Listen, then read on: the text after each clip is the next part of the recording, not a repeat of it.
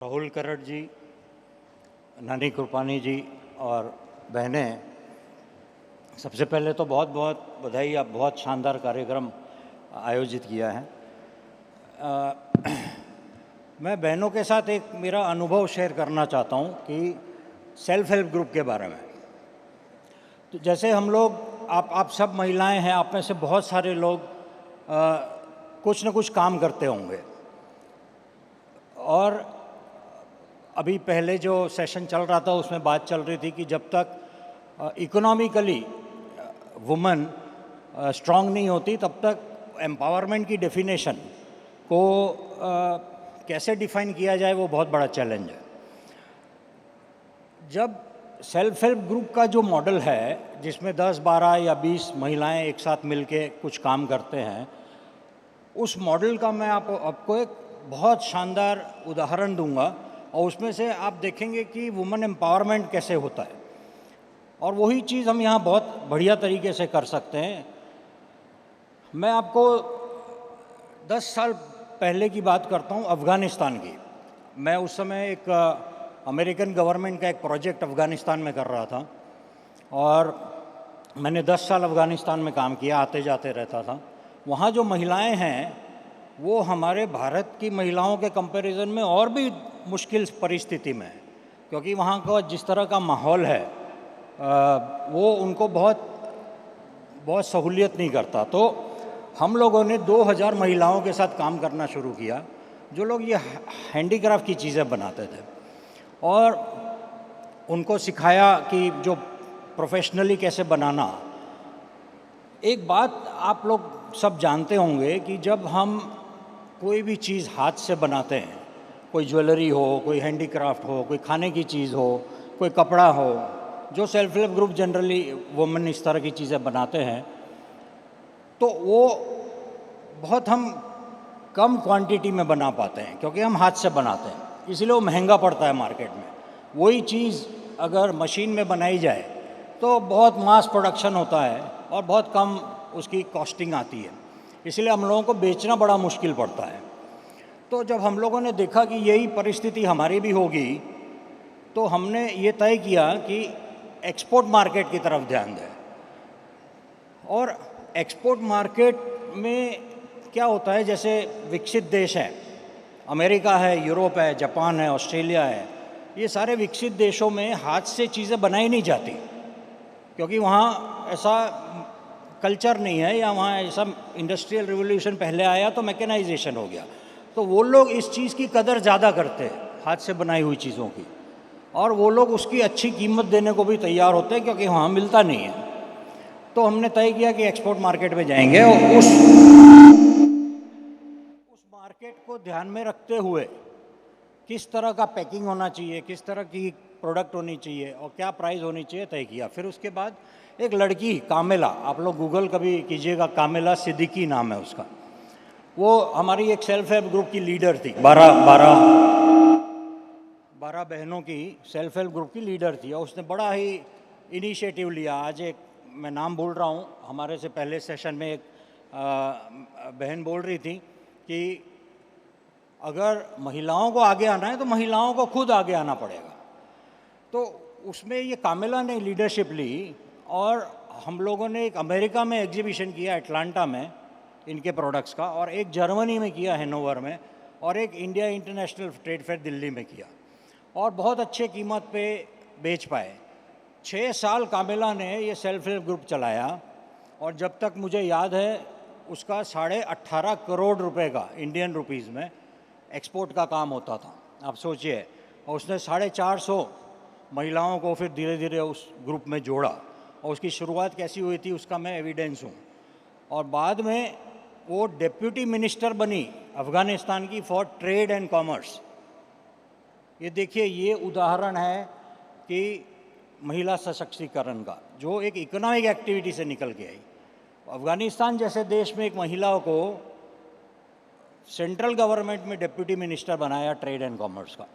अभी की वहाँ की परिस्थिति ठीक नहीं है तो वो मैं बात नहीं करता हूँ, लेकिन मैं हमेशा ये कोशिश करता हूँ महिलाओं को जब बात करता हूँ ये कहने की कि अफ़गानिस्तान जैसे देश में अगर ये हो सकता है, आप सोचें कि 10 साल पहले वहाँ पावर प्लांट भी नहीं था, हम लोगों को तो ये कितना पावर यहाँ मिल रहा है और कितनी मुश्किल परिस्थिति में देश है, लेकिन महिलाओं ने किस तरह से सेल्फ हेल्प ग्रुप में काम किया।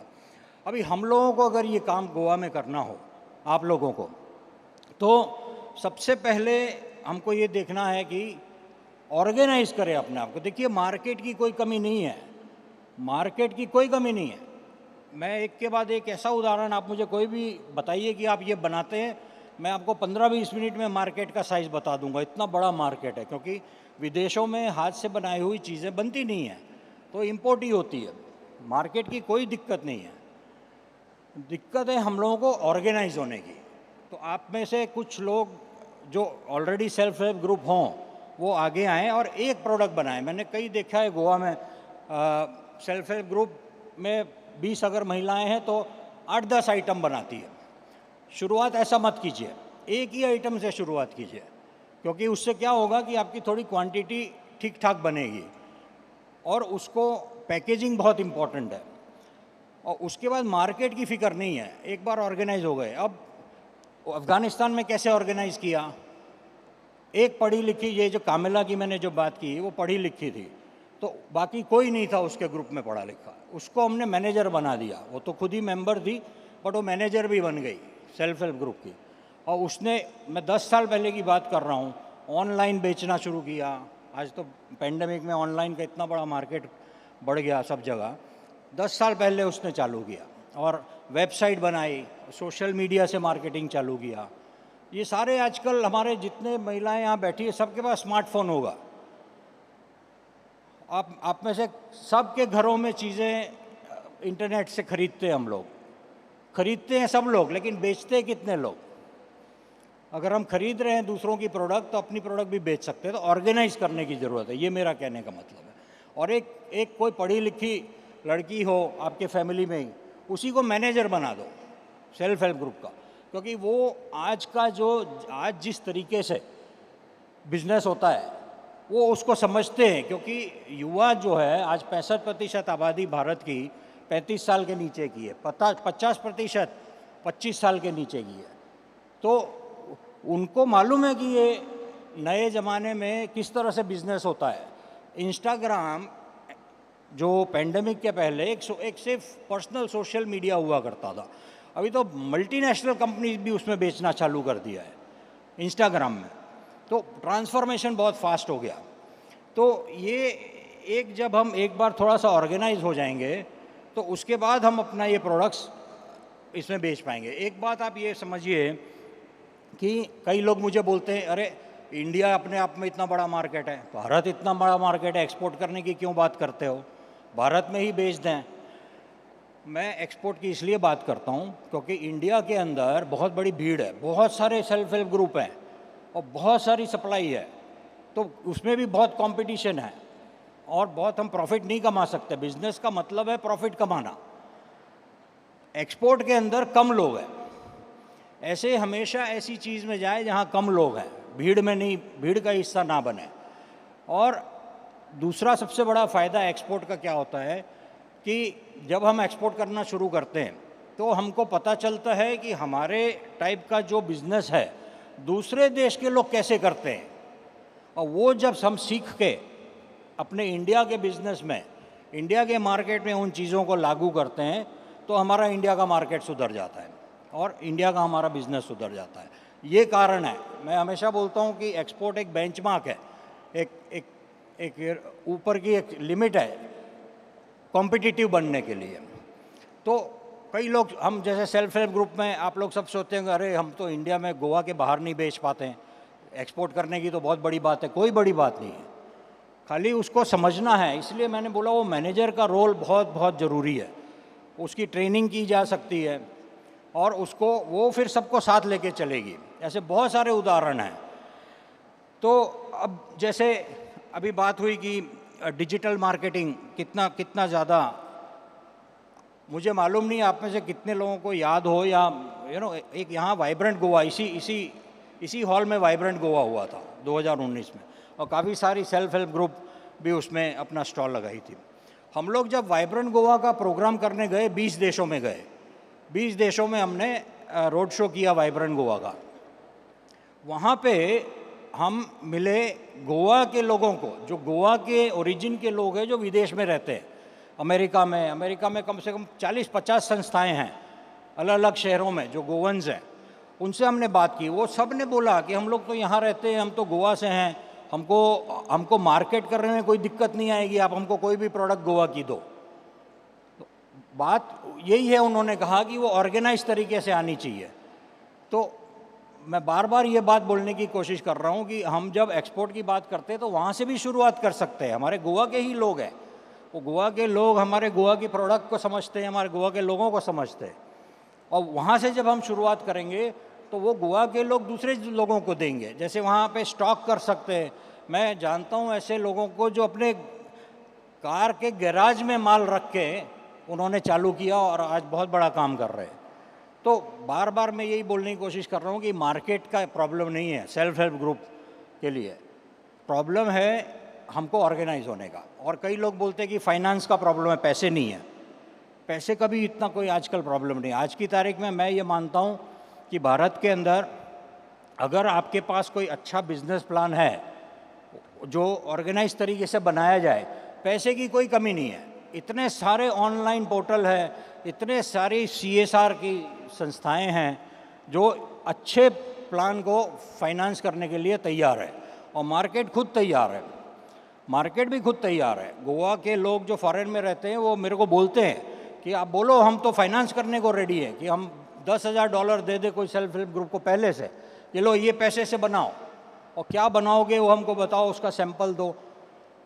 तो सेल्फ हेल्प ग्रुप के अंदर आप ऑर्गेनाइज अगर होके एक प्रोफेशनल को रखते हैं, और कंप्यूटर में जिस तरह से आजकल सारा बिजनेस होता है वर्ल्ड ओवर में, उस तरह से करेंगे तो बहुत ज़्यादा सक्सेसफुल होने का चांस है। और तीन चीज़ें मैं जब भी गोवा आता हूँ मुझे 3 चीज़ें बार बार मेमोरी में आती है, और पूरे दुनिया में इसको इस तरह से हम पोजीशन कर सकते हैं। 3 चीज़ें, एक है गोवा का फेणी, ठीक है, और दूसरा है गोवा की कोंकणी, और तीसरा है गोवा की हारमनी।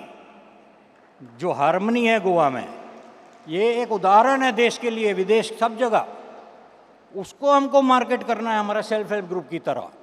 वो हमारा एक स्लोगन होना चाहिए, और एक ग्रुप चाहिए, सिर्फ एक 10-15 वुमन का एक ग्रुप बने, वो उदाहरण बने, बाकी सब उसको फॉलो करेंगे। ऐसा कहा जाता है कि एवरीबडी फॉलो सक्सेस, तो एक सक्सेस होने से, फिर यही अफगानिस्तान में हुआ। एक करना बड़ा मुश्किल था, एक करने में 1.5 साल लगा उसको बहुत बड़ा सक्सेस करने में, और उसके बाद 40-50 होने में सिर्फ 1 साल लगा, क्योंकि सबको पता चल गया किस तरह से होता है, और सब फिर उसको उसी चीज़ को करने लगे। तो एक खाली इतने सारी महिलाएं आज यहाँ हैं, आज मैं यहाँ हूँ, आपको मिलना है तो मुझे मिले, किसको इंटरेस्ट है आप बताएं। जो गोवा सरकार है, आई थिंक मुझे तो पहली बार ऐसा महसूस हुआ जब से मैं गोवा आया हूँ कि ऐसी प्रोग्रेसिव अप्रोच और थॉट प्रोसेस आज तक मैंने पहले कभी नहीं देखी जो यहाँ गोवा की गवर्नमेंट में है। तो वो बहुत ही ज़्यादा आप लोगों के सपोर्ट में है, और मौका बहुत अच्छा है। इस समय पेंडेमिक जस्ट ख़त्म होने के हो ही रहा है धीरे धीरे, और लोगों को आदत पड़ गई है ऑनलाइन बिजनेस की, कि ऑनलाइन में खरीदी करने की आदत पड़ गई है। हम लोग हैं या नहीं ऑनलाइन में, वो हमको देखना है। और सेल्फ हेल्प ग्रुप हमारे सारे के सारे ऑनलाइन में जाने चाहिए और प्रोडक्ट्स बेचने चाहिए। मुझे सिर्फ इतनी सी एक आप लोगों के साथ मेरा अनुभव शेयर करना था। धन्यवाद।